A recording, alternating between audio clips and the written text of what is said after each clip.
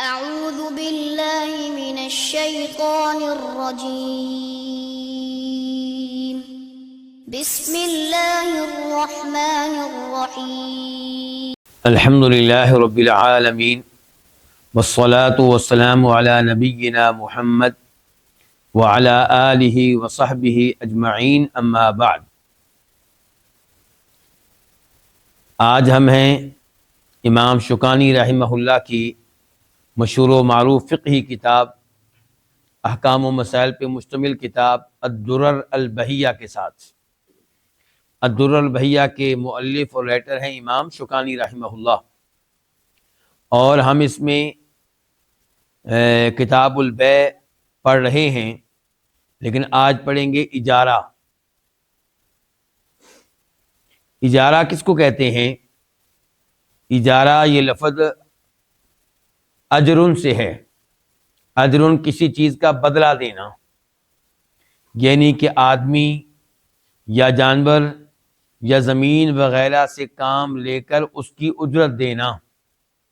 آپ کسی آدمی کو لے کر آتے ہیں، اس سے کام لیتے ہیں، مزدوری لیتے ہیں، تو بعد میں اس کو کیا دیں گے؟ اجرت۔ گویا کہ آپ نے اس آدمی کو اجرت پہ رکھا۔ یا آپ کو جانور لے کر آتے ہیں، اس کے اوپر کیا کرتے ہیں؟ سواری کر کے واپس کر دیتے ہیں، یا ہل چلاتے ہیں واپس کر دیتے ہیں۔ اب آپ اس کی کیا دیں گے؟ اجرت دیں گے اس کی۔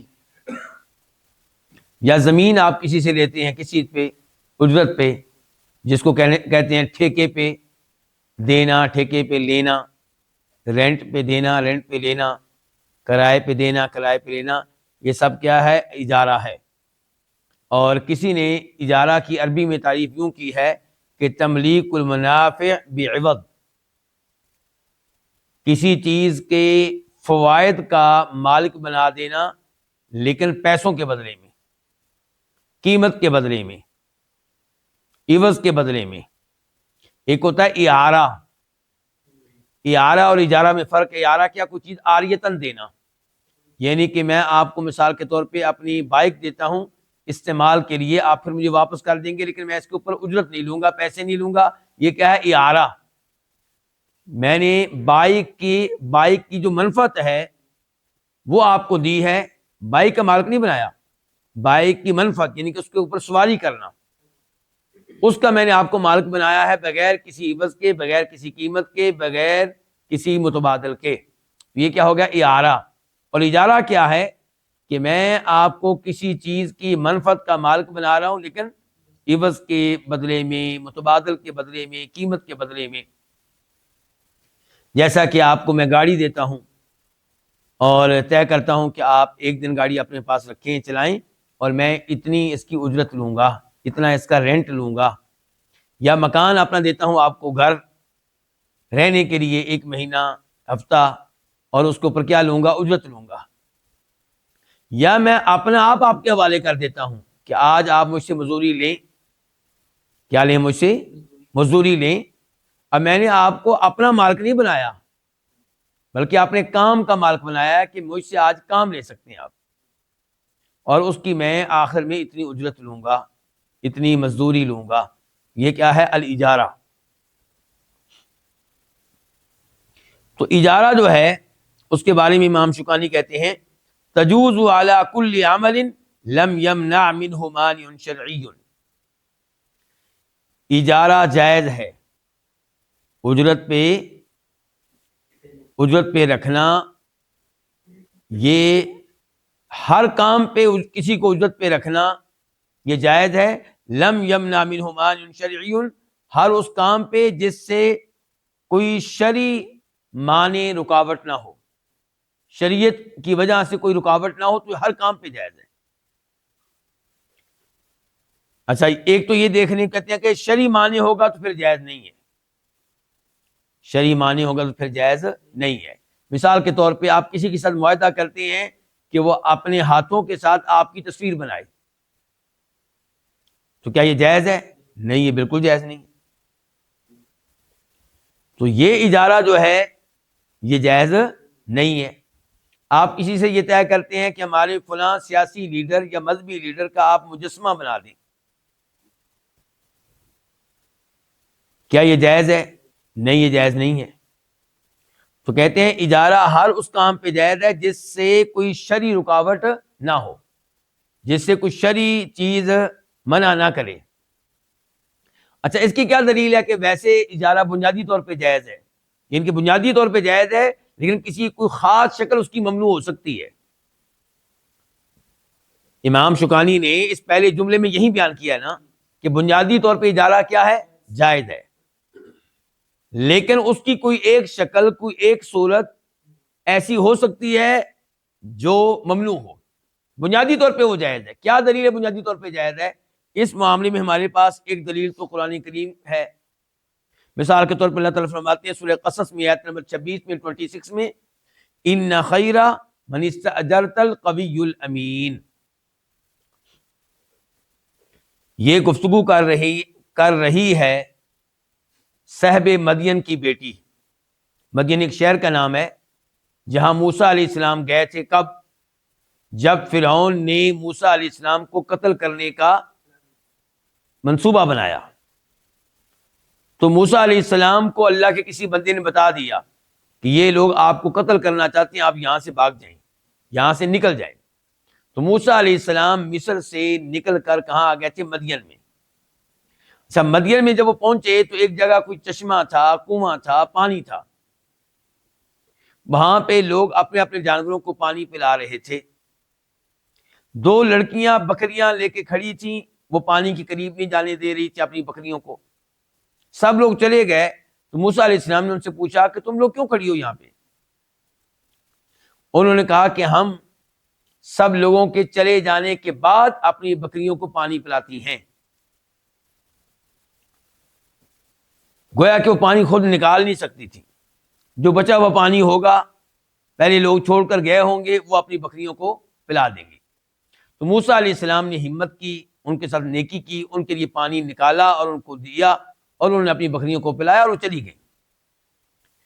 موسیٰ علیہ السلام کے ساتھ انہوں نے کوئی فالتو گفتگو نہیں کی۔ آج کے لڑکیاں یہیں سے پھسلتی ہیں، کوئی لڑکا ان کے ساتھ نیکی کر دے تو اس کے ساتھ پھر فری ہو جاتی ہیں۔ انہوں نے ایسا نہیں کیا۔ گھر گئی، اپنے والد صاحب کو بتایا تو والد صاحب نے کہا کہ اس لڑکے کو لے کر آؤ جس نے تمہارے ساتھ اتنی نیکی کی ہے۔ والد صاحب بوڑھے تھے، بزرگ تھے، وہ خود نہیں آ سکتے تھے، وہ خود بکریاں نہیں چلا سکتے تھے۔ چنانچہ ایک لڑکی آئی اور موسیٰ علیہ السلام کو دور سے کہا کہ میرے والد صاحب آپ کو بلا رہے ہیں۔ موسیٰ علیہ السلام چلے گئے۔ وہاں پہ صاحب مدین نے، ہم اس کو صاحب مدین کہہ رہے ہیں جبکہ کئی لوگ کیا کہہ دیتے ہیں ان کو؟ شعیب علیہ السلام، جبکہ درست بات یہ کہ وہ شعیب علیہ السلام نہیں تھے۔ شعیب علیہ السلام کا وہ زمانہ نہیں بنتا، تو ہم کہیں گے مدین والے بزرگ، صاحب مدین۔ تو صاحب مدین نے موسیٰ علیہ السلام کو حوصلہ دیا، آپ ڈرے نہیں، یہاں پہ فرعون کی پہنچ نہیں ہے، آپ بڑی محفوظ جگہ پہ آ چکے ہیں۔ ادھر وہ جو بزرگ تھے ان کی بیٹی ان سے یہ کہہ چکی تھی کہ آپ نے کسی نہ کسی کو اجرت پہ رکھنا ہی ہے، تو اس سے بہتر شاید کوئی نہ ملے، کیونکہ یہ لڑکا بڑا امانت دار ہے اور بڑا مضبوط ہے۔ کنویں سے اس نے پانی کھینچا ہے تو بڑی قوت والا ہے اور بڑا امانت دار ہے، یعنی کہ ہمارے ساتھ اس نے فری ہونے کی کوشش نہیں کی، صاحب شرم و حیا ہے، نگاہیں جھکانے والا ہے، یہ مطلب تھا ان کا۔ تو آپ اس کو اجرت پہ رکھ لیں۔ اچھا یہ الفاظ اسی لڑکی کے ہیں، ان خیر من استاجرت القوی الامین۔ ان الفاظ کو اللہ نے قرآن کا حصہ بنا دیا کہ وہ لڑکی اپنے والد سے کہہ رہی ہے کہ جس کو آپ اجرت پہ رکھیں گے ان میں سے سب سے بہتر وہی ہوگا جو القوی، مضبوط بھی ہو، الامین، امانت دار بھی ہو۔ علماء کرام کہتے ہیں، اور یہ فائدہ نوٹ کرنے والا ہے، اس ایت سے پتہ چلا کہ کسی بھی معاملے میں آپ نے کسی کو ملازمت پہ رکھنا ہے، اجرت پہ رکھنا ہے، تو اس میں یہ دو صلاحیتیں ہونی چاہیے۔ نمبر ایک، القوی، جو کام ہے اس کام کی صلاحیت رکھتا ہو، جس جاب پہ آپ اس کو رکھنے لگے ہیں اس جاب کا کام جانتا ہو، یہ کیا ہوگی؟ قوت، صلاحیت۔ نمبر دو، صاحب امانت ہو، خیانت کرنے والا نہ ہو، جھوٹ بولنے والا نہ ہو، فراڈ کرنے والا نہ ہو، دو نمبر انسان نہ ہو۔ اور آج کل ہوتا کیا ہے، عام طور پہ لوگ اس کو رکھ لیتے ہیں جو کیا ہو،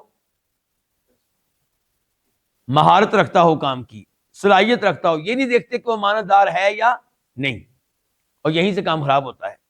تو دونوں چیزیں دیکھنی چاہیے، اس کا کریکٹر، اس کا کردار، اور ساتھ ساتھ اس کی صلاحیت۔ تو اس لڑکی نے دیکھا کہ اس میں دونوں صلاحیتیں موجود ہیں موسیٰ علیہ السلام میں، چنانچہ موسیٰ علیہ السلام کے ساتھ صاحب مدین نے معاہدہ کر لیا۔ تو بہرحال یہاں پہ کیا کہا گیا، من استاجرتا، آپ نے کسی نہ کسی کو اجرت پہ رکھنا ہے، تو جس کو آپ رکھیں وہ ہونا چاہیے جو قوی بھی ہو، امین بھی ہو، قوت والا بھی ہو، امانت دار بھی ہو۔ تو مطلب یہ کہ دونوں صلاحیتیں ان میں پائی جاتی ہیں۔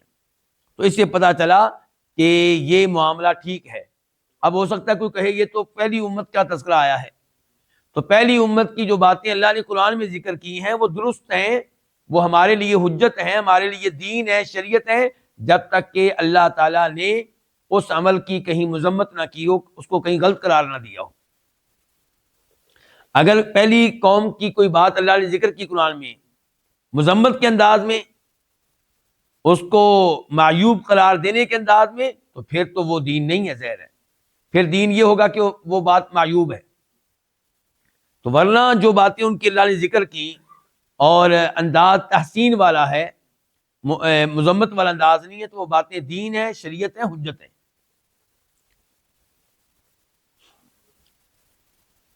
دوسری دلیل اس مسئلے میں کہ کسی کو اجرت پہ رکھنا، کوئی چیز اجرت پہ لینا، یہ سب جائز ہے، بخاری شریف کی حدیث ہے 2262 2262، راوی ہے ابو ہریرہ رضی اللہ تعالی عنہ، روایت کرتے ہیں نبی علیہ الصلوۃ والسلام سے کہ آپ نے فرمایا ما بعث اللہ نبیا الا رعى الغنم، ہر نبی نے بکریاں چرائی ہیں، ہر نبی نے بکریاں چرائی ہیں۔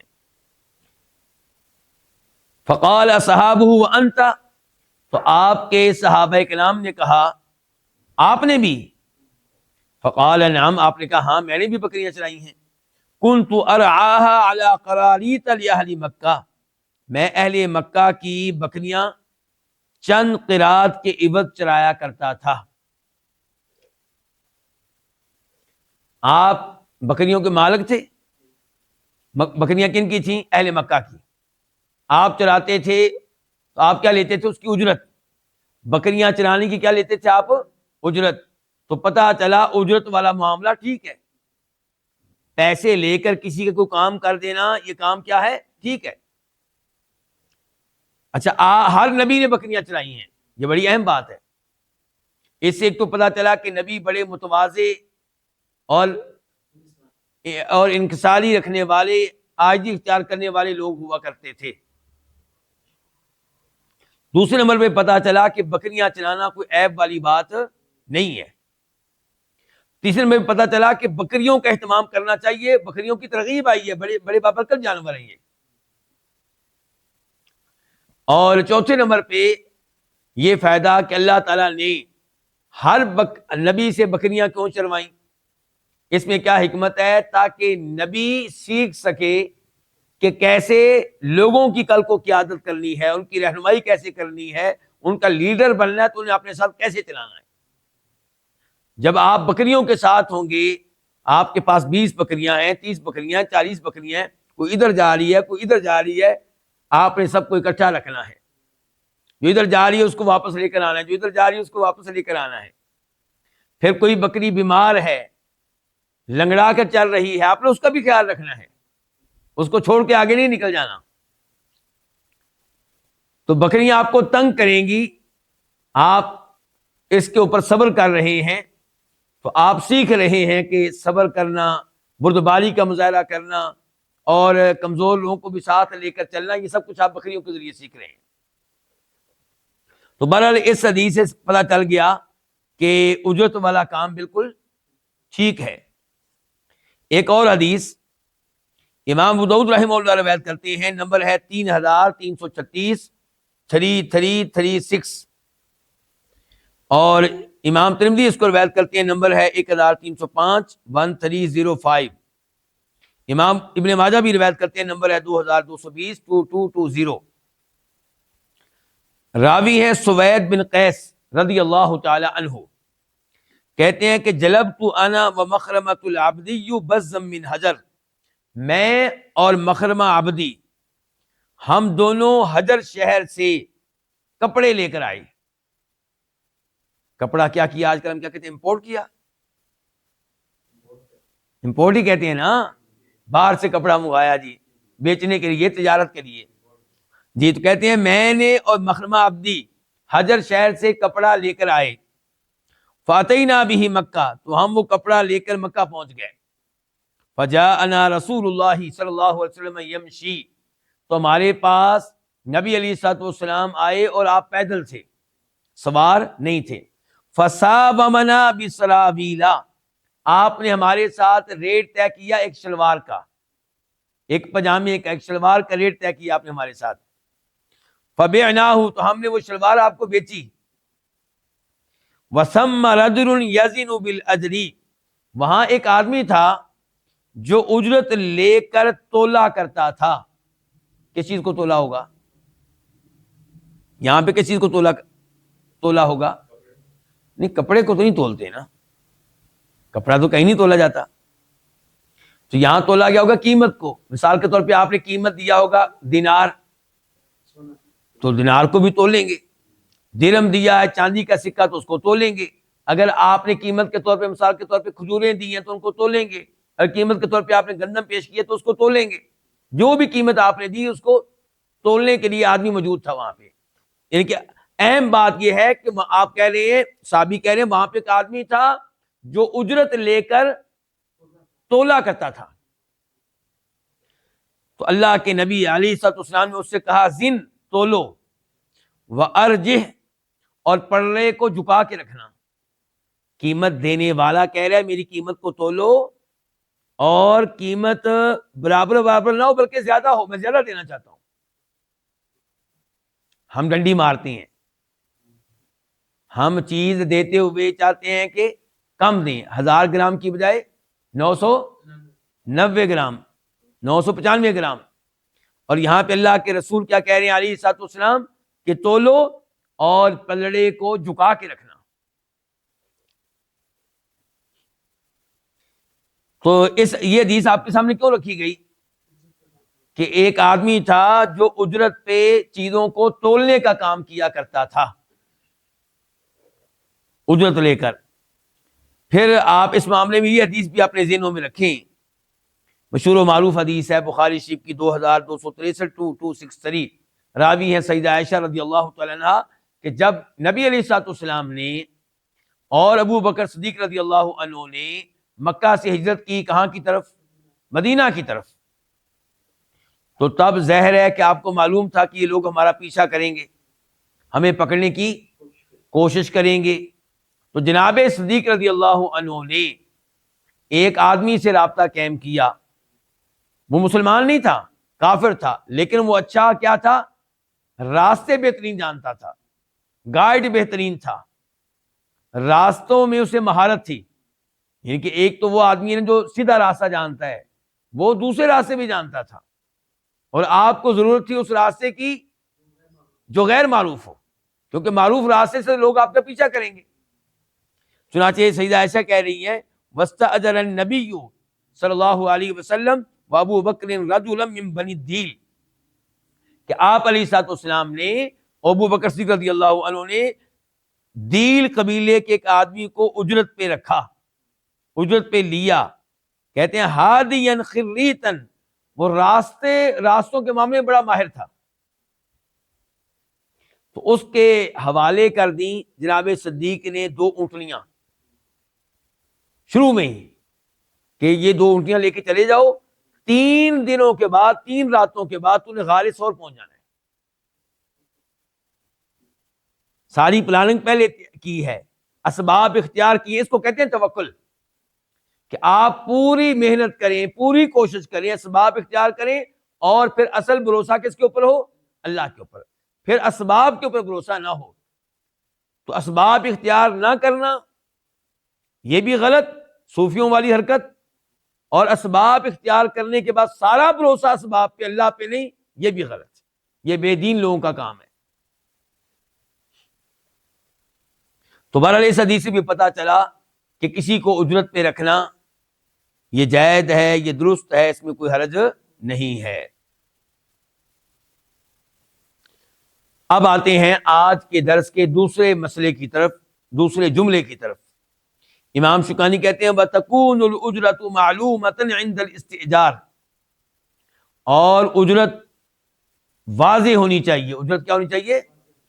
مزدوری اجرت معلومتاً، یہ واضح ہونی چاہیے، طے ہونی چاہیے، عند الاستئجار، کسی کو اجرت پہ رکھتے وقت۔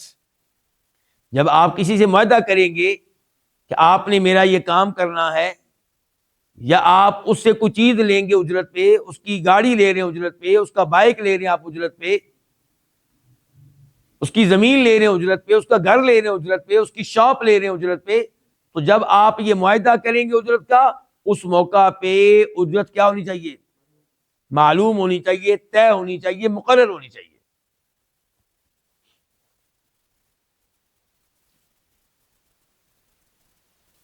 فَإِن لَمْ تَكُنْ كَذَلِكَ، اگر وہ اس طرح نہ ہو، وہ کون؟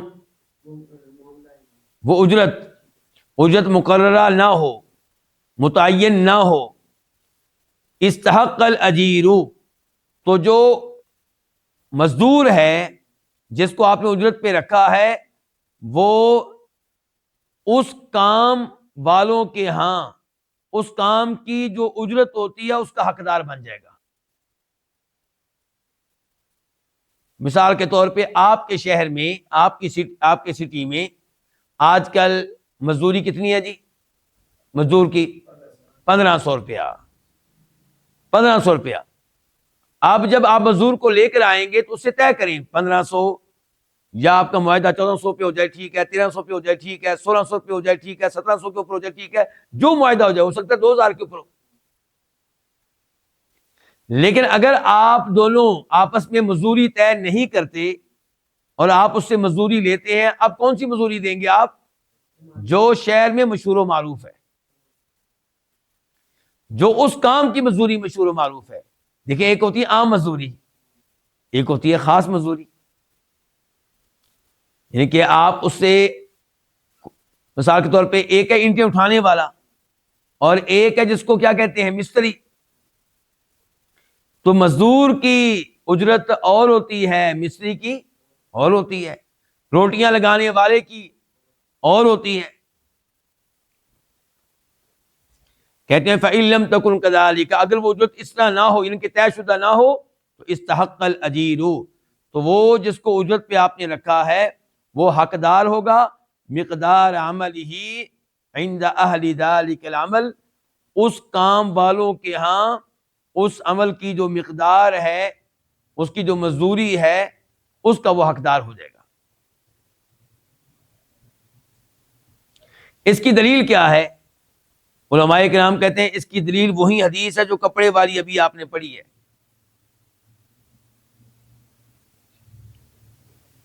یعنی کہ وہ صحابی کیا کہتے ہیں، سوید بن قیس، کہ میں اور مخرمہ عبدی حجر شہر سے کپڑا لے کر آئے اور مکہ پہنچ گئے، تو ہمارے پاس آئے نبی علیہ الصلوۃ والسلام پیدل چلتے ہوئے، آپ نے ہم سے بھاؤ طے کیا ایک شلوار کا، تو ہم نے وہ شلوار آپ کو بیچ دی۔ تو وہاں پہ ایک آدمی تھا جو اجرت لے کر، پیسے لے کر تولا کرتا تھا، مختلف چیزوں کو تولا کرتا تھا۔ اچھا، اب آپ نے اس سے کہا کہ بھئی تولو اور پلڑے کو جھکا کے رکھنا، کیا آپ نے اس آدمی سے اجرت طے کی؟ اجرت طے نہیں کی۔ اجرت طے کرنے کا تذکرہ حدیث میں بالکل نہیں آیا۔ تو اس سے پتہ چلا کہ اگر آپ کسی کو اجرت پہ لے کر آتے ہیں اور اجرت طے نہیں کرتے، تو اجرت جب کام ختم ہو جائے گا تو پھر آپ اس کو کون سی اجرت دیں گے؟ جو اس کام کی اجرت اس شہر میں معروف ہے۔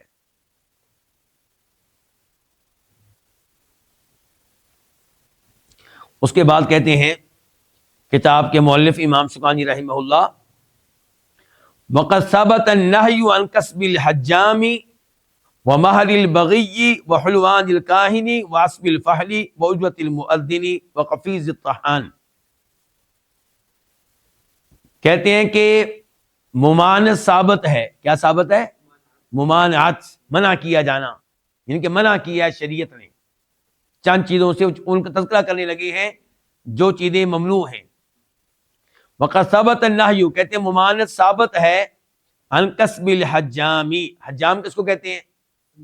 سنگی لگانے والا، کپنگ کرنے والا، جو فاسد خون آپ کے جسم سے نکالتا ہے، گندا خون آپ کے جسم سے نکالتا ہے، سنگی لگانے والا. تو سنگی لگانے والے کی کمائی سے ممانعت ثابت ہے. اچھا جی، اب اس بارے میں ہمارے پاس کیا دلائل ہیں؟ تو اس بارے میں ایک حدیث ہے ابو جحیفہ کی. کون سی حدیث ہے؟ ابو جحیفہ کی. یہ آپ کے سامنے ابھی میں رکھتا ہوں.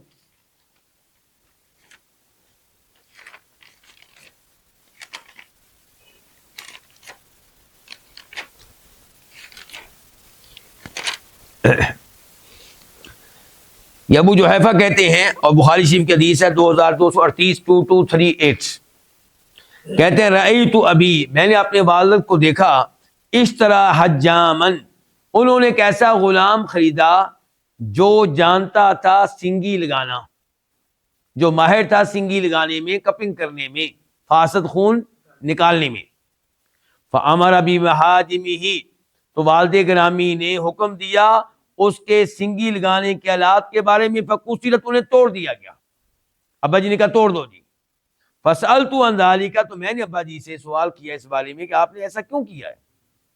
فقال، تو والد گرامی نے کہا ان رسول اللہ صلی اللہ علیہ وسلم نہا عن ثمن الدم، آپ نے خون کی قیمت لینے سے منع کیا ہے. اچھا، ایک یہ حدیث ہو گئی. دوسری طرف ہمارے پاس حدیث ہے اس موضوع پہ. عبداللہ بن عباس روایت کرتے ہیں احتجم النبی صلی اللہ علیہ وسلم، کہ نبی علیہ الصلوۃ والسلام نے سنگی لگوائی. وآت الحجام اجرہ، اور آپ نے سنگی لگانے والے کو اس کی اجرت دی. پہلی حدیث میں کیا تھا کہ آپ نے منع کیا ہے خون کی قیمت سے، اور دوسری میں کیا کہ آپ نے سنگی لگوائی تو سنگی لگانے والے کو اجرت دی. اور یہ بخاری شریف کے حدیث نمبر ہے 2278 2278. اور ایک اور روایت میں آتا ہے وَلَوْ عَلِمَ كَرَاهِيَةً لَمْ يُعْطِهِ، اگر یہ کام غلط ہوتا، کیا سنگی لگانے پہ اجرت لینے کا، تو لم یعطی، تو آپ اس آدمی کو یہ اجرت نہ دیتے. حدیث نمبر ہے 2279 2279. اب یہ مختلف احادیث ہمارے پاس ہیں. اب آپ اس موضوع پہ کیا کہیں گے؟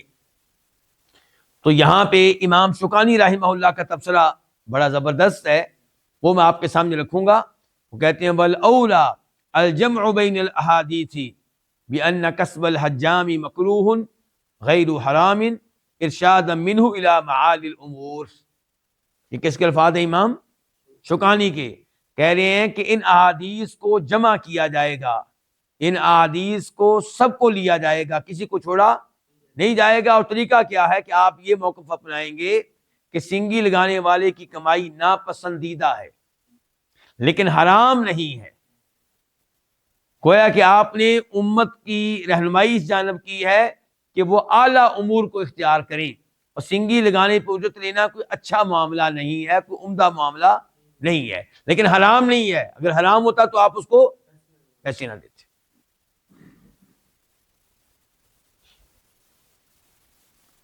تو ہمارا یہ مسئلہ واضح ہو گیا. کیا پھر سنگی لگانے والے کی کمائی، یعنی کہ یہ جو اجرت ہے یہ کیا ہے؟ یہ ناپسندیدہ ضرور ہے لیکن حرام نہیں ہے.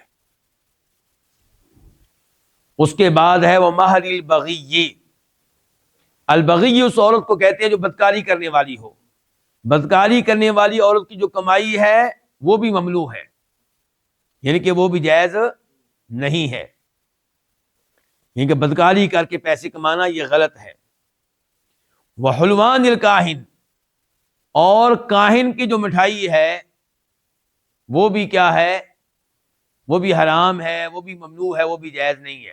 کاہن کس کو کہتے ہیں؟ جو غیبی خبریں بتانے کا دعویٰ کرتا ہے۔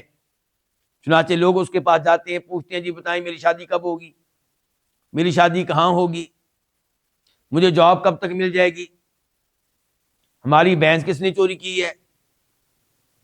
تو غیبی خبریں بتانے کا دعویٰ کرنے والا جو ہوتا ہے وہ کاہن ہوتا ہے، تو اس کی مٹھائی جو ہے وہ بھی ممنوع ہے، یعنی کہ وہ بھی حرام ہے۔ مٹھائی سے مراد وہ اجرت جو اس کو دی جاتی ہے، وہ عطیہ، وہ ہدیہ، وہ گفٹ جو اس کو دیا جاتا ہے ایسی باتیں بتانے پہ۔ اور پہلی بات یہ کہ میرا اور آپ کا عقیدہ ہے کہ اللہ کے علاوہ کوئی عالم الغیب نہیں ہے۔ قل لا یعلم من فی السماوات والارض الغیب الا اللہ، اللہ کے سوا آسمان والوں میں بھی کوئی عالم الغیب نہیں ہے، زمین والوں میں بھی کوئی عالم الغیب نہیں ہے۔ پھر یہ نجومی، یہ عامل، یہ کیسے غیبی باتیں بتانے میں کامیاب ہو جاتے ہیں اگر اللہ کے علاوہ کوئی عالم الغیب نہیں ہے؟ تو اصل میں ہم ہیں سادہ لوگ، شیطان ہمیں پھنسا لیتا ہے۔ یہ عمل، یہ نجومی جس کے بارے میں آپ سوچتے ہیں کہ یہ غیبی باتیں بتاتا ہے اور یہ غیبی باتیں بتانے میں مہارت رکھتا ہے، آپ اس کی مکمل، یعنی کہ اس کے امور کا مکمل طور پہ جائزہ لیں۔ وہ اگر 100 باتیں بتاتا ہے اس میں سے 3 صحیح نکلتی ہیں، 4 صحیح نکلتی ہیں، 5 صحیح نکلتی ہیں، باقی 95 غلط نکلی ہیں، ان کی طرف آپ کی توجہ شیطان جانے نہیں دیتا۔ آپ اس سے متاثر ہو جاتے ہیں، اس ایک بات پہ، ان 2 باتوں پہ، ان 3 باتوں پہ، ان 4 باتوں پہ جو بتانے میں وہ کامیاب ہو گیا، اور جو باقی 95 باتیں اس نے غلط بتائی ہیں جو درست نہیں نکلی، ان کی وجہ سے آپ کیوں نہیں سمجھتے کہ یہ شیطان ہے؟ باقی رہا جو 2-3 باتیں اس کی درست نکلی، تو بھائی 100 باتوں میں سے 5 باتیں تو کسی کی بھی صحیح نکل سکتی ہیں۔ میں یا آپ 100 باتیں پیشین گوئیاں جاری کر دیں، آئندہ سال یہ کچھ ہوگا، فلاں سیاستدان وزیر اعظم بنے گا، اور فلاں سیاستدان جو ہے وہ بڑا ذلیل ہو جائے گا، فلاں سیاستدان کے ہاں اولاد ہوگی، فلاں کا بیٹا فوت ہو جائے گا، فلاں کی بیٹی کی شادی ہو جائے گی۔ اب 100 میں سے 4-5-6 باتیں تو ہر ایک کی صحیح نکل آئیں گی، سادہ سے آدمی کی بھی صحیح نکل آئیں گی۔ اب کیا ہوگا جب باتیں صحیح نکلیں گی تو اس کائن کے جو چاہنے والے ہوں گے، اس کے جو چیلے ہوں گے، وہ کیا کریں گے؟ پوسٹر لگائیں گے کہ ہمارے بابا جی، ہمارے عامل صاحب، ہمارے نجومی کی باتیں صحیح نکلی، انہوں نے یہ پیشین گوئیاں جاری کی تھی، صحیح نکلی ہیں، اور جو 95 غلط نکلی ان کے بارے میں خاموش رہیں گے۔ اور پھر کچھ ایسے لوگ بھی مل جاتے ہیں جو ملے ہوئے ہوتے ہیں اس نجومی کے ساتھ، جو یہ باتیں لوگوں میں مشہور کرتے رہتے ہیں کہ بابا جی نے یہ بات بتائی تھی اور صحیح نکلی ہے، یہ میں خود جانتا ہوں یہ بات کو۔ اچھا، ہم اس آدمی کی اور اس عامل کی، نجومی کی باتوں میں یقین کر لیتے ہیں، جو اللہ نے کہا ہے کہ میرے علاوہ کوئی عالم الغیب نہیں ہے، اس کو ہم بھول جاتے ہیں۔ اللہ سچا کہ لوگ سچے؟ اللہ سچا۔ دوسرے نمبر پہ آپ کو یہ بھی پتا ہے کہ خود نبی علیہ السلام نے بات بتائی ہے کہ یہ جن شیطان آسمان کے آخری جو آسمان ہے، جو پہلا آسمان ہے، آخری سے مراد اوپر سے نیچے کو آئے تو ہمارے لحاظ سے پہلا، اس کے جو فرشتے ہوتے ہیں ان کی باتیں سننے کی کوشش کرتے ہیں۔ اور ایسا نہیں ہے کہ اللہ تعالیٰ کے علم میں نہیں ہے یہ معاملہ، ایسا نہیں ہے کہ اللہ تعالیٰ بے بس ہے، بلکہ اس میں بھی اللہ تعالیٰ کی طرف سے ایک امتحان ہے میرا اور آپ کا، آزمائش ہے میری اور آپ کی، ہم کیا کرتے ہیں۔ تو ان شیطان جنوں کے کانوں میں کوئی نہ کوئی بات پڑ جاتی ہے، ایک آدھ بات فرشتے جو آپس میں کر رہے ہوتے ہیں، یہ وہ بات پھر نیچے پہنچاتے ہیں اور لے کر پہنچ جاتے ہیں اس عامل نجومی کے پاس، اور وہ ہر بندے کے پاس نہیں جاتے، میرے پاس نہیں آئیں گے انشاءاللہ، اور آپ کے پاس بھی انشاءاللہ نہیں آئیں گے۔ وہ کس کے پاس آئیں گے؟ جو ان کی طرح کا شیطان ہوگا انسانوں میں سے، جس نے جن شیطانوں کو خوش کیا ہوگا بہت بڑا گناہ کر کے، شرک کر کے، نعوذ باللہ قرآن کریم کو واش روم میں پھینک کر، نعوذ باللہ قرآن کریم پہ پیشاب کر کے، نعوذ باللہ قرآن کریم کو آگ لگا کر، قرآن کریم کی توہین کر کے، کسی نہ کسی طریقے سے جس نے ان شیطانوں کو خوش کیا ہوگا، یہ شیطان اس کی مدد کرتے ہیں، اس کو پھر بتاتے ہیں کوئی ایک غیبی بات، اور وہ اس غیبی بات اور ساتھ مزید جھوٹ ملا کے پیشین گوئیاں جاری کرتا ہے، اس میں سے 3-4 صحیح نکلتی ہیں، باقی غلط نکلتی ہیں۔ تو بہرحال اب اس کو جو مٹھائی ملتی ہے یہ بھی کیا ہے؟ ممنوع ہے۔ آئیے ہم دیکھتے ہیں کہ اس کی ان تینوں چیزوں کی دلیل کیا ہے. یہ حدیث ہے ہمارے پاس، راوی ہے ابو مسعود انصاری رضی اللہ عنہ، اور حدیث بخاری شریف میں آئی، نمبر ہے 2237 2237، مسلم شریف میں آئی، نمبر ہے 1567 1567، کہ نبی علیہ السلام نے نہا، منع کیا ہے عن ثمن الکلبی، کتے کی قیمت لینے سے.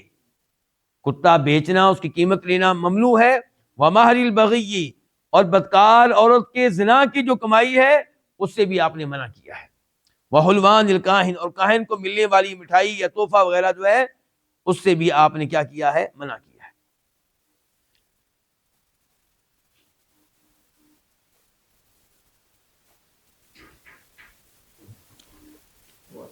ہے.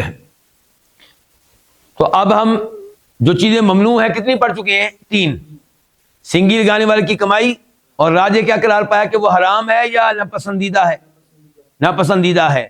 اور بدکاری کرنے والی عورت کی جو کمائی ہے وہ کیا ہے؟ حرام ہے. اور کاہن کی، غیبی دعویٰ کرنے والے نجومی عامل کی جو مٹھائی ہے، جو اس کو مٹھائی ملتی ہے، وہ کیا حرام ہے.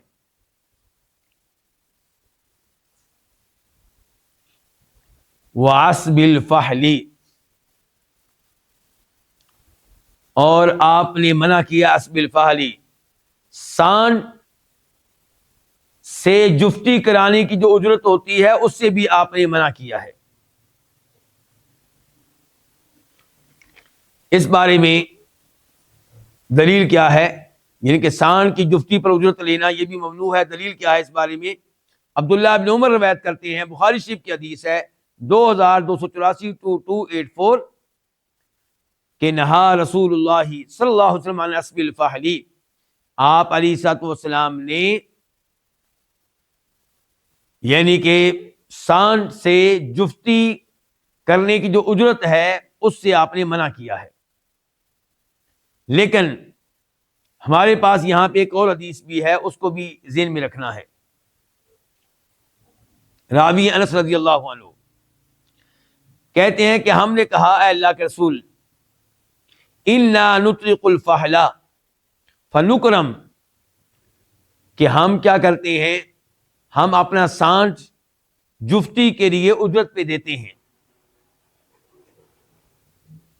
سانڈ جفتی پہ دینا، شاید آپ میں سے کئی لوگ یہ مسئلہ نہ سمجھتے ہوں. اس کا مطلب یہ ہے کہ آپ کا جانور جو کیا ہے؟ مادہ ہے، مؤنث ہے، آپ چاہتے ہیں اس کا حمل ٹھہرے، تو اس کے لیے آپ کیا لے کر آئیں گے؟ نر. کیا لے کر آئیں گے؟ مذکر جانور. تو وہ اس کے ساتھ تعلق قائم کرے گا تو اس سے حمل ٹھہرے گا، تو اس کو کیا کہتے ہیں؟ سانڈ. تو یہ صحابی کہتے ہیں کہ ہم نے اللہ کے رسول سے کہا، اللہ کے رسول علیہ الصلوۃ والسلام، ہم اپنا سانڈ جفتی کے لیے دیتے ہیں. فنکرم، تو لوگ ہماری عزت کرتے ہیں، ہمیں تحفے دیتے ہیں. فرخص لہ فی الکرامۃ، تو آپ نے اس کی اجازت دی ہے. یہ حدیث ہے ترمذی شریف کی، نمبر ہے 1274 1274. اس سے کیا پتا چلا؟ اس سے پتا چلا کہ باقاعدہ آپ اپنا سانڈ اجرت پہ دیں اور اس کا معاہدہ کریں کہ میں اتنے پیسے لوں گا، تو اس سے منع کیا ہے نبی علیہ الصلوۃ والسلام نے. لیکن اگر آپ اپنا سانڈ دیتے ہیں کسی کو اور وہ واپسی پہ ساتھ آپ کو کوئی مٹھائی کا ڈبہ دے دیتے ہیں، وہ آپ کو کوئی ساتھ دودھ دے دیتے ہیں، کوئی یا سوڑ دے دیتے ہیں، تو یہ تحفہ لینا آپ کے لیے کیا ہے؟ جائز ہے. وَأُجْرَةِ الْمُؤَذِّنِ، اور آپ علیہ الصلوۃ والسلام نے مؤذن کی اجرت سے بھی منع کیا ہے. اذان دینے والے کی اجرت سے بھی منع کیا، یعنی کہ اذان آپ فری میں دیں، اذان آپ فری میں دیں، فی سبیل اللہ دیں. اس معاملے میں پہلے حدیث پڑھ لیتے ہیں، پھر مزید اس پہ گفتگو ہو جائے گی. حدیث کے راوی ہیں جناب عثمان بن ابو العاص رضی اللہ تعالی عنہ، اور یہ ابو داؤد شریف کی حدیث ہے، نمبر ہے 531 531. عثمان کہتے ہیں میں نے نبی علیہ الصلوۃ والسلام سے درخواست کی کہ آپ مجھے میری قوم کا امام مقرر کر دیں، یعنی کہ میری ڈیوٹی لگا دیں کہ میں ان کو نمازیں پڑھایا کروں گا. تو آپ نے ان کو امام مقرر کر دیا. اور کہا جو کمزور لوگ ہیں ان کا خیال رکھنا، اور یہ بھی کہا تھا اس موقع پہ واتخذ مؤذنا، ایسا مؤذن مقرر کرنا لا یاخذ علی اذان اجرا، جو اذان دینے پہ اجرت نہ لے، اذان دینے پہ اجرت نہ لے۔ تو اب بتائیے جی پھر اذان دینے پہ اجرت لینے کا کیا حکم ہے؟ اگر ایسا آدمی مل جائے جو 5 وقت پابندی سے اذان دے، اذان کو لیٹ نہ کرے، ناغے نہ کرے، اور اجرت بھی نہ لے، تو بہت اچھی بات ہے، یہ عمدہ بات ہے، افضل بات ہے، اعلیٰ بات ہے۔ لیکن اگر ایسا مؤذن نہیں ملتا تو پھر وہ مؤذن رکھنا جو 5 وقت کی اذان وقت پہ دے، چاہے اس پہ اجرت لے، انشاءاللہ یہ کیا ہوگا؟ جائز ہوگا۔ کیا ہوگا؟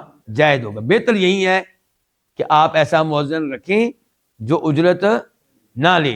لیکن مسئلہ یہ کہ اگر نہ ملے تو کیا اذانیں دینا چھوڑ دیں، مسجد بند کر دیں؟ پھر کیا ہوگا؟ پھر ایسا مؤذن رکھا جائے گا جو 5 وقت یعنی کہ ہمیں اذان کے معاملے میں پریشانی سے بچا لے گا۔ اس کی ڈیوٹی یہی ہوگی، وہ دائیں بائیں نمازوں کے اوقات میں نہیں جائے گا، وہ دور بھی ہوگا تو اس کام کے لیے آئے گا۔ تو یہ اجرت اصل میں اذان دینے کی نہیں ہے، یہ ٹائم دینے کی ہے، یہ پابندی قبول کرنے کی ہے کہ 5 ٹائم تیری ذمہ داری ہے، مسجد کھولنا اور وقت پہ اذان دینا۔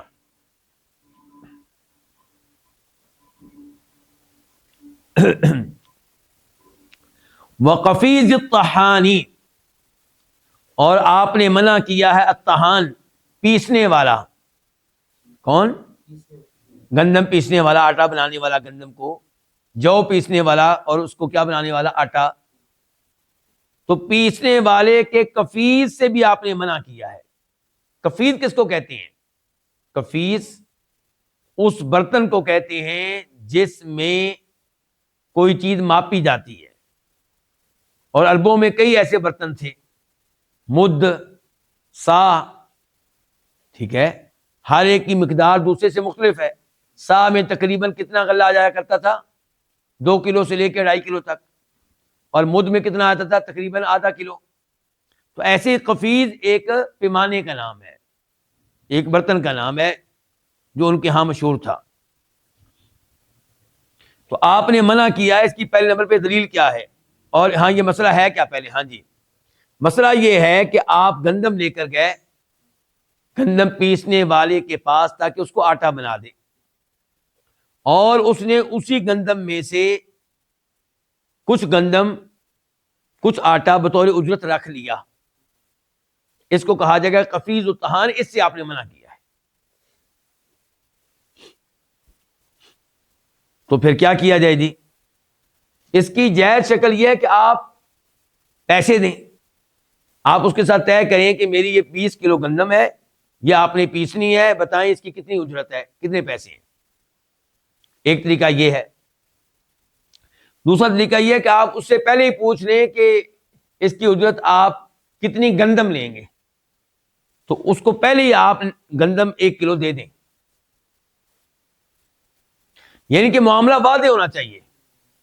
یہ نہیں ہے کہ ٹھیک ہے جی اسی میں سے تو اپنی کیا رکھ لینا، اجرت رکھ لینا، اب معلوم نہیں کہ وہ تھوڑی رکھے گا، زیادہ رکھے گا، کتنی رکھے گا، کتنی نہیں رکھے گا، اور خصوصاً اس وقت جب کہ آپ کو اپنی گندم کی مقدار کا بھی علم نہیں ہے، اس کے وزن کا علم نہیں ہے، اس کی پیمائش کا، اس کی ماپ کا علم نہیں ہے۔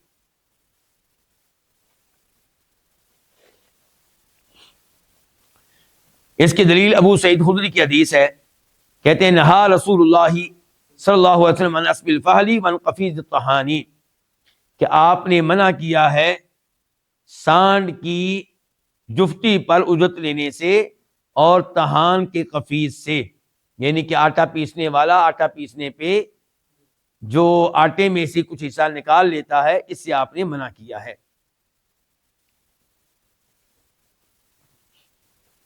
اور یہ حدیث اس کو روایت کی امام طحاوی نے مشکل الاثار میں، اور امام دارقطنی نے، اور امام بہقی نے بھی۔ اس کے بعد ہمارا مسئلہ ہے کہ وَيَجُوزُ الْإِسْتِعْجَالُ وَلَا تِلَاوَةِ الْقُرْآنِ لَا عَلَى تَعْلِيمِهِ، امام شوکانی کہہ رہے ہیں قرآن کی تلاوت پہ اجرت لینا جائز ہے، نہ کہ اس کی تعلیم پہ۔ یہ تو جملہ بڑا خطرناک ہے، کہہ رہے ہیں قرآن کی تلاوت پہ اجرت لینا جائز ہے، نہ کہ قرآن کی تعلیم پہ۔ قرآن کا علم آپ سکھائیں، قرآن کی تلاوت آپ سکھائیں، اس کے اوپر کہتے ہیں اجرت لینا جائز نہیں ہے۔ ہاں تلاوت آپ کریں تو اس کے اوپر اجرت لینا جائز ہے۔ چلیں پہلے تو دیکھتے ہیں کہ اس کے دلائل کیا ہیں، پھر مزید گفتگو کرتے ہیں۔ یہ حدیث ہے بخاری شریف کی، نمبر ہے 5737 5737۔ بخاری شریف میں حدیث کئی دفعہ آئی ہے، لیکن یہاں پہ اس کے راوی ہیں عبداللہ بن عباس، ورنہ کئی دفعہ اس کے راوی کون ہوتے ہیں؟ ابو سعید خدری۔ عبداللہ بن عباس کہتے ہیں کہ نبی علیہ الصلوۃ والسلام کے صحابہ کرام کا ایک گروہ ایک جگہ سے گزرا، ایک ڈیرے سے گزرا، ایک پانی پہ گزرا۔ وہ جو لوگ تھے ان کے ہاں ایک آدمی تھا جس کو کسی چیز نے ڈس لیا تھا، تو ان میں سے ایک آدمی صحابہ کرام کے پاس آیا اور اس نے کہا حل فیکم من راق، کیا تم میں کوئی ایسا آدمی ہے جو دم کرنے والا ہو؟ ان فی الماء رجلا لدیغا، ہمارے ڈیرے پہ ایک آدمی ہے جس کو کسی نے ڈس لیا ہے، کسی بچھو وغیرہ نے۔ چنانچہ صحابہ کرام میں سے ایک آدمی گیا اور اس نے سورہ فاتحہ کی تلاوت کی کئی بکریوں کے عوض، تو وہ آدمی ٹھیک ہو گیا۔ تو یہ صحابی بکریاں لے کے دوسرے صحابہ کرام کے پاس پہنچ گئے، تو ان صحابہ کرام نے ان بکریوں کو ناپسند جانا، کیونکہ دم کرنے پہ یہ بکریاں لی گئی ہیں، اور ان کا اخذت علی کتاب اللہ اجرا، تو نے اللہ کی کتاب کے اوپر اجرت لی ہے، قرآن کے اوپر اجرت لی ہے۔ یہاں تک کہ مدینہ آئے تو انہوں نے کہا یا رسول اللہ اخذ علی کتاب اللہ اجرا، اللہ کے رسول اس آدمی نے قرآن کریم کے اوپر اجرت لی ہے۔ فقال رسول اللہ صلی اللہ علیہ وسلم، تو فرمایا نبی علیہ الصلوۃ والسلام نے ان احق ما اخذتم علیہ اجرا کتاب اللہ، جن جن چیزوں پہ تم اجرت لیتے ہو ان میں سے سب سے زیادہ اس لائق کہ اس کے اوپر اجرت لی جائے وہ اللہ کی کتاب ہے۔ تو اس حدیث سے معلوم ہوا کہ دم کرنے پہ اجرت لی جا سکتی ہے، اس میں کوئی حرج نہیں ہے، لیکن دم کرنے والوں کو اس بات کا خیال کرنا چاہیے کہ وہ غیر شرعی دم سے دور رہیں۔ دم کرتے ہوئے ان کے دعاؤں میں ایسے الفاظ نہیں ہونے چاہیے جو شرکیہ ہوں، جن میں کوئی گمراہی پائی جاتی ہو، اور کوشش کریں کہ دم قرآن کریم کے ذریعے کریں۔ اور پھر اگر لڑکی کے دم کا مسئلہ ہے تو آپ کی بیگم اس کو دم کر دے بجائے اس کے کہ آپ دم کریں، اور اگر مجبوری بن جاتی ہے آپ کے دم کرنے کی تو پھر آپ اس لڑکی کو ہاتھ نہیں لگا سکتے۔ اور یہ کہ اس لڑکی کے محرم رشتہ دار وہاں پہ موجود ہوں، اس کا والد موجود ہو، اس کے بھائی موجود ہوں، اس کا جوان بیٹا موجود ہو۔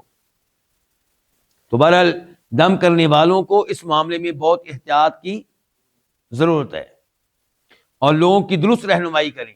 دم کے لیے لوگ آپ کے پاس آئے ہیں تو آپ ان کے عقیدے کی اصلاح کریں، آپ انہیں توحید کی دعوت دیں، انہیں شرک و بدعات سے منع کریں، انہیں نماز پڑھنے پہ لگائیں، انہیں صبح و شام کے اذکار کرنے پہ لگائیں، انہیں سورہ بقرہ کی تلاوت کرنے پہ لگائیں، انہیں بتائیں کہ رات کو سونے سے پہلے تینوں کل پڑھیں 3 دفعہ، اور اپنے آپ کو دم کریں۔ آپ رات کو سونے سے پہلے آپ آیت الکرسی پڑھیں، سورہ بقرہ کی آخری 2 آیتیں پڑھیں، یہ چیزیں بتائی جائیں لوگوں کو۔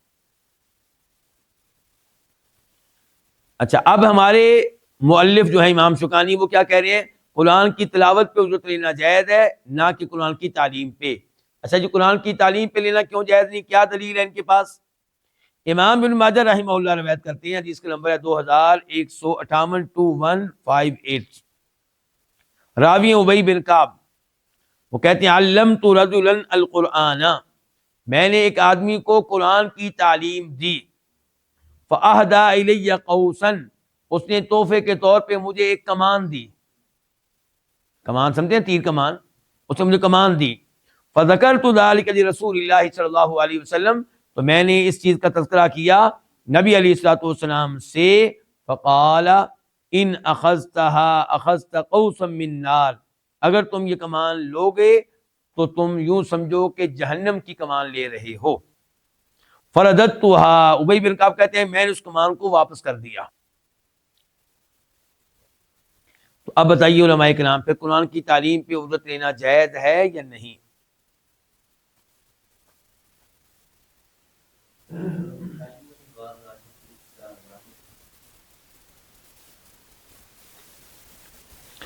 یہاں پہ ایک حدیث میں آپ کے سامنے رکھنا چاہوں گا، ایک تو حدیث خود آپ نے بھی پڑھ لی ہے کہ ایک آدمی نے قرآن کریم پڑھ کے دم کیا تو اللہ کے نبی نے کہا علیہ الصلوۃ والسلام کہ جن جن چیزوں پہ تم اجرت لیتے ہو ان میں سے سب سے زیادہ اجرت لینے کے لائق کون سی چیز ہے؟ اللہ کی کتاب۔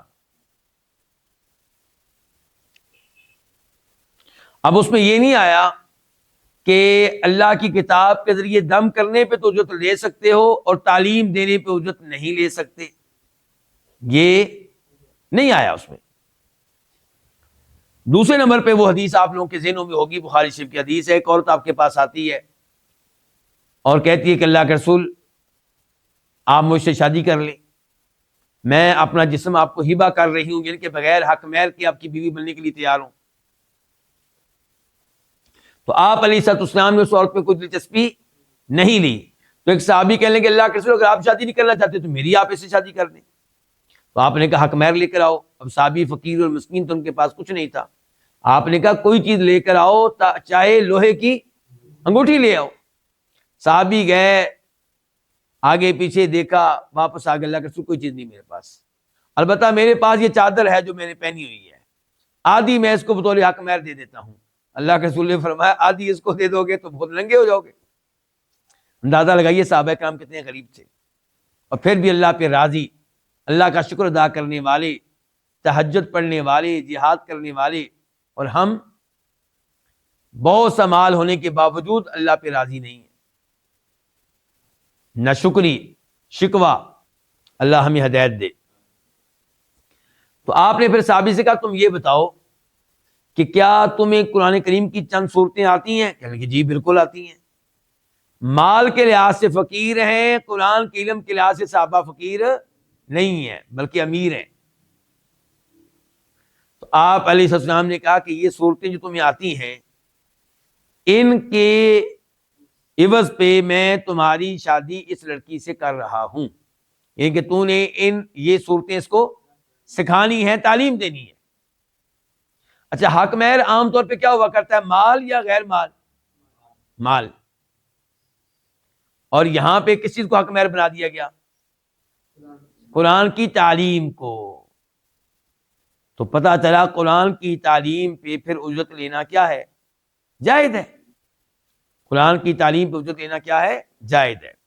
تو بہرحال اگر کوئی آدمی مفت میں قرآن کریم کی تعلیم دیتا ہے تو بہت اچھی بات ہے، بہت ہی اعلیٰ بات ہے، بہت ہی عمدہ بات ہے، لیکن اگر وہ اس کے اوپر اجرت لیتا ہے تو انشاءاللہ اس میں کوئی حرج نہیں ہے، واللہ تعالی عالم۔ لیکن کوشش کریں کہ آپ کی زیادہ نیت کیا ہو، پیسہ کمانے کی نہیں۔ قرآن کی تعلیم پہ اگر اجرت لیتے ہیں تو زیادہ نیت قرآن پیسہ کمانے کی نہیں ہے، کس کی ہے؟ اللہ تعالیٰ کو راضی کرنا، اللہ کا قرآن لوگوں تک پہنچانا، لوگوں کو قرآن کریم کا عالم بنانا، اس کا قاری بنانا، اس کا حافظ بنانا، یہ آپ کی نیت ہونی چاہیے۔ اور ویسے بھی دیکھیں جن احادیث سے معلوم ہوتا ہے کہ قرآن کی تعلیم پہ آپ مال لے سکتے ہیں، اجرت لے سکتے ہیں، وہ دونوں بخاری شریف کی ہیں، اور یہ روایت جس سے پتہ چلتا ہے کہ یہ کام ممنوع ہے یہ ابن ماجہ کی ہے، تو ظاہر ہے کہ یہ حدیث بخاری شریف کی احادیث کے مقابلے میں اتنی مضبوط نہیں ہے۔ اس کے بعد کہتے ہیں امام شوکانی رحمہ اللہ وَيَجُوزُ أَن يَكْرِيَ الْعَيْنَ مُدَّةً مَعْلُومًا، جائز ہے کہ وہ کوئی چیز کرائے پہ دے ایک معلوم مدت کے لیے، ایک طے شدہ مدت کے لیے، ایک متعین مدت کے لیے، ایک واضح مدت کے لیے، بِأُجْرَةٍ مَعْلُومَةٍ، ایک طے شدہ اجرت کے بدلے میں، وَمِن ذَلِكَ الْأَرْضُ، اور اس میں سے زمین بھی ہے. اس کی ایک مثال کیا ہے؟ زمین. لا بشطر ما يخرج منها، لیکن زمین کرائے پہ دینا، کرائے پہ لینا، اس زمین سے جو پیداوار نکلے گی اس کے نصف حصے کے بدلے میں یہ جائز نہیں ہے.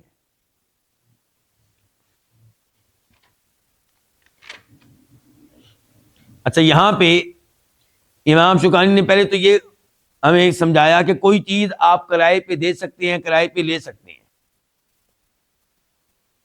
اب تک جو ہو رہا تھا پیچھے وہ کیا تھا؟ وہ خود انسان تھا، انسان کو اجرت پہ رکھنا. اور اب کیا کوئی چیز، اب کیا کوئی چیز، تو کہتے ہیں کہ یہ بھی جائز ہے. زمین، مکان، یہ چیزیں کرائے پہ دینا، کرائے پہ لینا جائز ہے. بس ایک تو مدت طے کر لیں کہ کتنے عرصے کے لیے، اور یہ کیا طے کر لیں؟ اجرت. کیا دلیل ہے اس چیز کی؟ آئیے حدیث کی طرف دیکھتے ہیں. یہ ایک حدیث ہمارے پاس جابر بن عبداللہ کی، مسلم شریف میں نمبر ہے 1536 1536، کہ فرمایا نبی علیہ السلام نے من کانت لہ ارض، جس کی کوئی زمین ہو فلیزرعھا، وہ زمین کو خود کاشت کرے. او فلیحرثھا اخاہ، یا اپنے بھائی کو کاشت کرنے کے لیے دے دے فری میں، یعنی کہ مفت میں اس کو دے دے، 1 سال کے لیے، 2 سال کے لیے، 3 سال کے لیے. وَإِلَّا فَلْيَدَعْهَا، ورنہ پھر وہ زمین کو اسی ہاتھ میں چھوڑ دے، یعنی کہ اجرت پہ نہ دے. اور یہ ہے افضل، یہ ہے بہتر. زمین کو ٹھیکے پہ دینا، رینٹ پہ دینا کاشت کرنے کے لیے، اس معاملے میں جو احادیث آتی ہیں ان کی کئی اقسام ہیں. کچھ وہ احادیث ہیں جن میں یہ کام ممنوع آیا ہے، زمین کو بٹائی پہ دینا، ٹھیکے پہ دینا، کرائے پہ دینا کیا آیا؟ ممنوع آیا ہے. تو اس سے مراد زمین کو بٹائی پہ دینے کی خاص شکل ہے، خاص صورت ہے، وہ ممنوع ہے، ورنہ مطلقاً مزارت ممنوع نہیں ہے. آپ زمین کو اجرت پہ دیں، کرائے پہ دیں، اور اس کے بدلے میں کرنسی طے کریں کہ میں 1,00,000 روپیہ لوں گا، سونا طے کریں میں 1 تولہ سونا لوں گا، چاندی طے کریں میں اتنی چاندی لوں گا، جائز ہے، کوئی حرج نہیں ہے انشاءاللہ، حدیث واضح ہیں. لیکن صورتحال تب خراب ہوتی ہے جب آپ یہ کہتے ہیں کہ میں زمین کا مالک ہوں، یہ زمین تم اس میں کاشت کرو گے، اور اس زمین کا وہ حصہ جو نہر کے ساتھ ساتھ ہے، جو زیادہ زرخیز ہے، اس کی پیداوار میں رکھوں گا اور باقی کی پیداوار تم رکھو گے.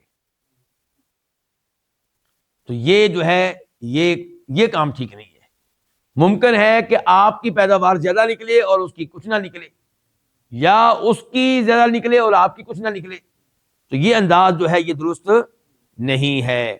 جیسا کہ بخاری شریف کی حدیث ہے 2332 2332، اور مسلم شریف کی 1547 1547، اس سے یہ معلوم ہوتا ہے کہ رافع بن خدیج کہتے ہیں کہ ہماری بڑی زمینیں تھیں، ہم زمین کو کرائے پہ دیتے تھے اور طے یہ کرتے تھے کہ زمین کا یہ حصہ ہمارا ہوگا، اس کی پیداوار ہماری ہوگی، اور جو دوسرا حصہ ہے اس کی پیداوار تمہاری ہوگی.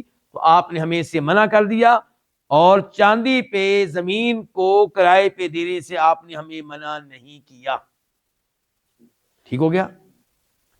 تو شریعت یہ چاہتی ہے کہ آپ زمین ویسے کسی کو فری میں دیں، 1 سال کے لیے، 2 سال کے لیے، کوئی پیسہ نہ لیں، یہ افضل ہے. ورنہ آپ زمین کو کرائے پہ دیں، دینار کے بدلے میں، درہم کے بدلے میں، روپے کے بدلے میں، ڈالر کے بدلے میں، پاؤنڈ کے بدلے میں، کوئی عرض نہیں ہے.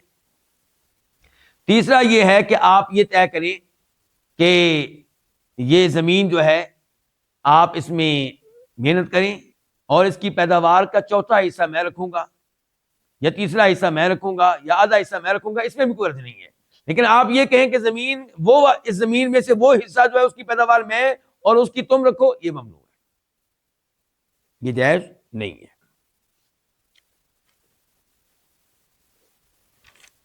آخری جملہ آج کے درس کا، وَمَنْ أَفْسَدَ مَا اسْتُؤْجِرَ عَلَيْهِ أَوْ أَتْلَفَ مَا اسْتَأْجَرَهُ ضَمِينًا، کہ جو اس چیز کو فاسد کر دے جس پہ اجرت طے کی گئی ہے. جس چیز پہ کیا طے کی گئی ہے؟ مثال کے طور پہ گاڑی ہے، گھر ہے، گاڑی ہے، وہ آپ نے اجرت پہ لی اور آپ نے اس کو فاسد کر دیا، خراب کر دیا، او اتلفا یا ہلاک کر دیا مستاجرہ اس چیز کو جس کو اجرت پہ لیا ہے تو ضامینہ پھر کیا ہوگا؟ ضامن ہوگا نقصان کا، یہ ضامن ہوگا، ذمہ دار ہوگا۔ اچھا پہلے اس بارے میں حدیث پڑھ لیتے ہیں۔ ابو داؤد شریف کی حدیث ہے 4586 4586 کہ فرمایا نبی علیہ الصلوۃ والسلام نے من تطبب ولا یعلم منہ طب فهو ضامن، جو ڈاکٹر بن کر بیٹھ جائے، معالج بن کر بیٹھ جائے، حکیم بن کر بیٹھ جائے جب کہ اسے یہ علم نہ آتا ہو، وہ اس علم کا ماہر نہ ہو، فهو ضامن تو ہونے والے نقصان کا وہ ذمہ دار ہے۔ تو یہ حدیث بنیاد ہے اس بات کی کہ جب آپ کوئی چیز اجرت پہ لیتے ہیں اور اس کو آپ خراب کر دیتے ہیں یا آپ اس کو برباد کر دیتے ہیں تو آپ اس کے ضامن ہوں گے نقصان کی۔ یہ تب ہے جب آپ سے کمی کوتاہی ہوئی ہے، اس کے استعمال میں آپ سے کیا ہوئی ہے؟ گاڑی ہے مثال کے طور پہ، وہ آپ کو چلانا نہیں آتی تھی، آپ نے خود ہی چلانا شروع کر دی ڈرائیور کی بجائے، اور اس کا انجن تباہ ہو گیا تو آپ نقصان کے ذمہ دار ہوں گے۔ یا گاڑی آپ نے کھڑی کی اس جگہ پہ جہاں آپ کو پتا تھا کہ یہاں چوری ہو جاتی ہیں گاڑیاں، پھر بھی آپ نے وہاں پہ کھڑی کی تو پھر چوری ہوئی ہے تو آپ اس کے کیا ہیں؟ ذمہ دار ہیں۔ آپ نے اپنے گھر کے اندر کھڑا نہیں کیا، کسی محفوظ جگہ پہ اس کو کھڑا نہیں کیا، وہاں پہ کھڑا کیا جہاں پتا ہے کہ چوریاں ہوتی ہیں، اور اگر اس محلے میں آپ نے کھڑی کی ہے گاڑی جہاں چوری عام طور پہ نہیں ہوتی، پھر ہو گئی، پھر آپ ضامن نہیں ہے۔ یا گاڑی کے انجن کو آگ لگ گئی اور آپ نے اس میں کمی کوتاہی نہیں کی تو پھر آپ ضامن نہیں ہے۔ یہیں پہ آج کے درس کا اختتام کرتے ہیں۔ اللہ رب العزت سے دعا کرتے ہیں کہ اللہ تعالیٰ ہمیں شریعت کے احکام و مسائل اسی طرح سمجھنے کی توفیق عنایت فرمائے۔ وآخر دعوانا الحمدللہ۔